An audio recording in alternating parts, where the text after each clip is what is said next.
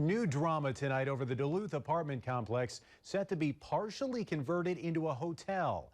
After angry residents spoke out at tonight's city council meeting, so did a member of the company that owns Lincoln Park Flats, and he pointed fingers back at the city, saying they knew all along about the plans to turn it into a hotel.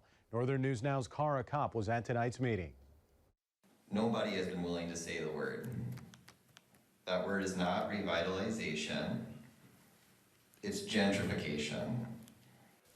Duluthians filled the council chambers Monday night, sharing their anger following the actions of P&R Properties, the company that owns Lincoln Park Flats.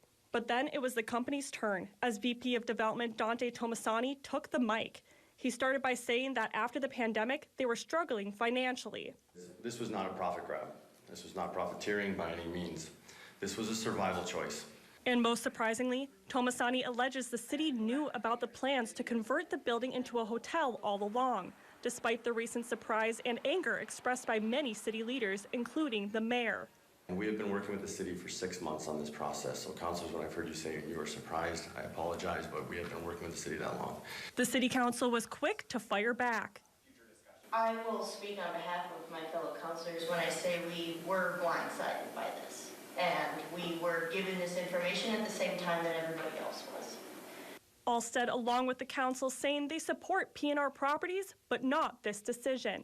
With a great company that I will say has provided many hundreds of units throughout the Twin Ports.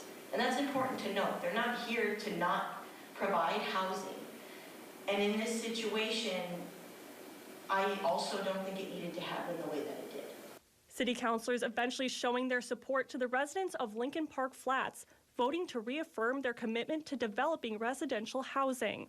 In Duluth, Cara Kopp, Northern News Now. And when Tomasani accused the city of knowing about hotel plans 6 months ago, city councilors were quick to say they aren't the city, so we reached out to city administration.